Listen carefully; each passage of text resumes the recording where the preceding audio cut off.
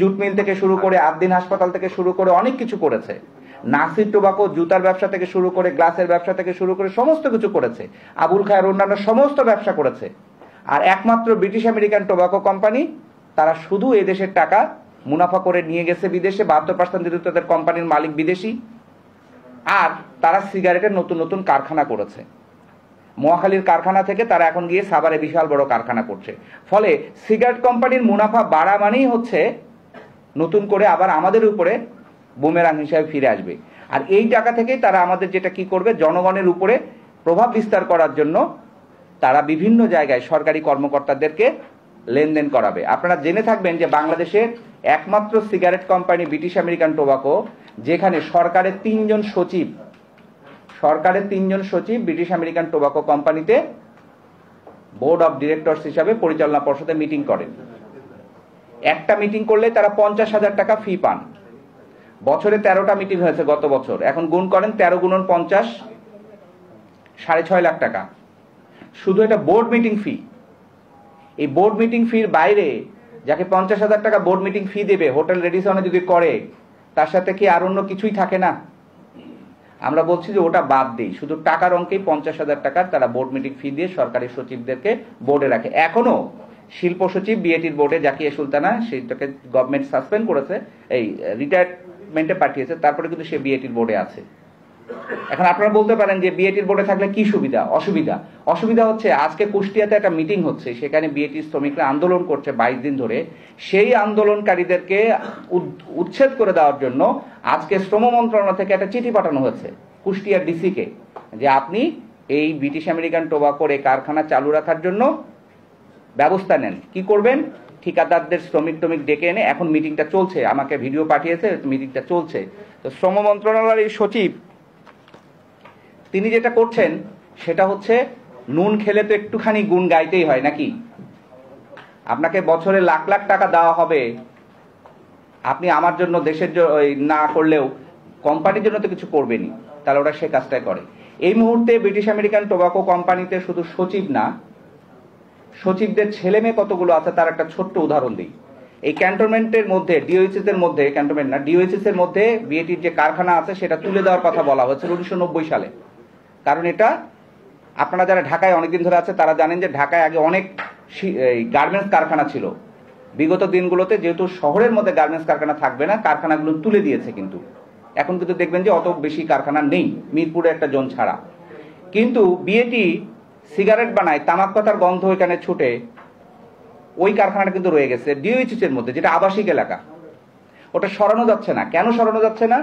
গত সরকারের শেষের দিকে আমলে চেষ্টা হয়েছিল, কিন্তু পারা যায়নি। তার কারণ, আমাদের যে সেনাপ্রধান ছিলেন তৎকালীন শেখ হাসিনার শেষ আমলে, তার মেয়ে ব্রিটিশ আমেরিকান টোবাকোতে এখনো চাকরি করে। আমরা বললাম যে এনবিআর এর যে চেয়ারম্যান মোশাররফ হোসেন ভূঁইয়া, সাবেক যে শিল্প সচিব, তিনি 4 বছর বিএটিতে ছিলেন। তার আপন ছোট ভাই এখনো ব্রিটিশ আমেরিকান টোবাকোতে চাকরি করেন। শেখ হাসিনার আমলের শেষ যে সেনাপ্রধান, এই বিমান বাহিনীর প্রধান ছিলেন, তার ছেলে ব্রিটিশ আমেরিকান টোবাকোতে এখনো চাকরি করে, গুলশানে তার টেরিটরি ম্যানেজার। আমরা বলছি যে সাবেক সচিব শহীদুল হক, তিনি স্বাস্থ্য মন্ত্রণালয়ের সচিব, যিনি আমাদের সিগারেটের প্যাকেজে গ্রাফিক হেলথ ওয়ার্নিংটা আটকায় রেখেছিল প্রায় 2 বছর, তার ছেলে এবং মেয়ে তখন থেকে এখনো ব্রিটিশ আমেরিকান টোবাকোতে চাকরি করে। এই যে দুদকের চেয়ারম্যান কয়দিন আগে গেলেন, শেখ হাসিনার আমলে যিনি সর্বশেষ দুদকের চেয়ারম্যান ছিলেন, গোলাম মঈনুদ্দিন 2012 সাল থেকে শিল্প সচিব থাকাকালে পরবর্তী কৃষি সচিব পর্যন্ত উনি বিএটির বোর্ডের ডিরেক্টর ছিলেন। ওনার মেয়ে এবং ওনার মেয়ের জামাই দুজনে এখনো ব্রিটিশ আমেরিকান টোবাকো কোম্পানিতে চাকরি করেন। ওনারা কি সুবিধা দিয়ে গেছেন? তামাক চাষ বন্ধের জন্য সরকারের একটা নীতিমালা করার কথা ছিল, ওইটাতে সবার আগে ভেটো দিয়েছে কৃষি মন্ত্রণালয়।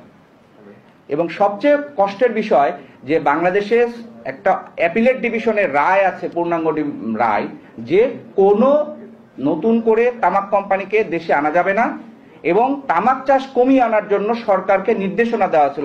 অ্যাপিলেট ডিভিশনের রায় আছে 2017 সালে, ফুল বেঞ্চের রায়। কিন্তু এই সচিবরা বিএটির বোর্ডে থেকে সুবিধা নিয়ে দেশের সর্বনাশটা করছে। কি সর্বনাশ?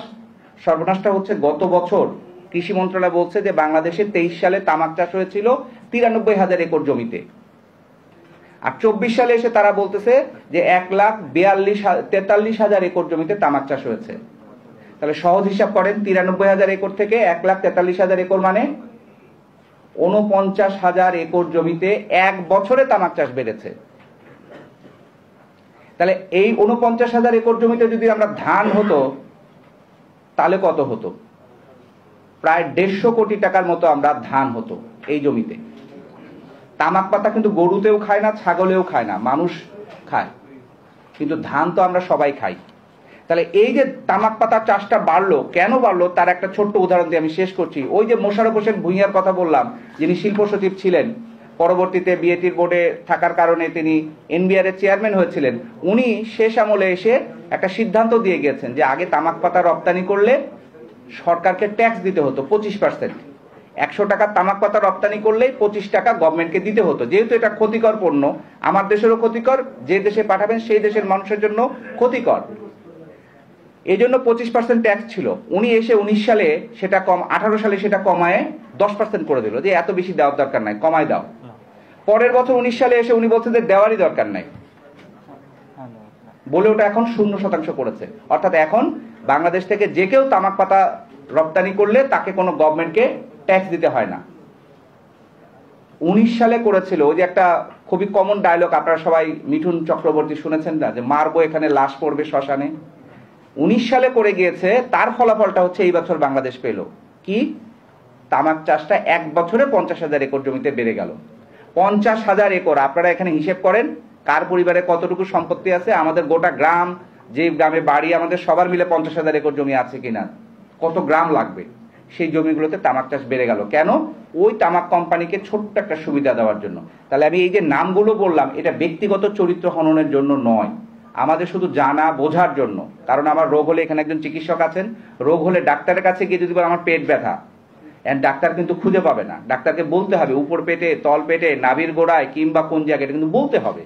না বললে ডাক্তার তো আপনার পেটের মধ্যে ঢুকতে পারবে না।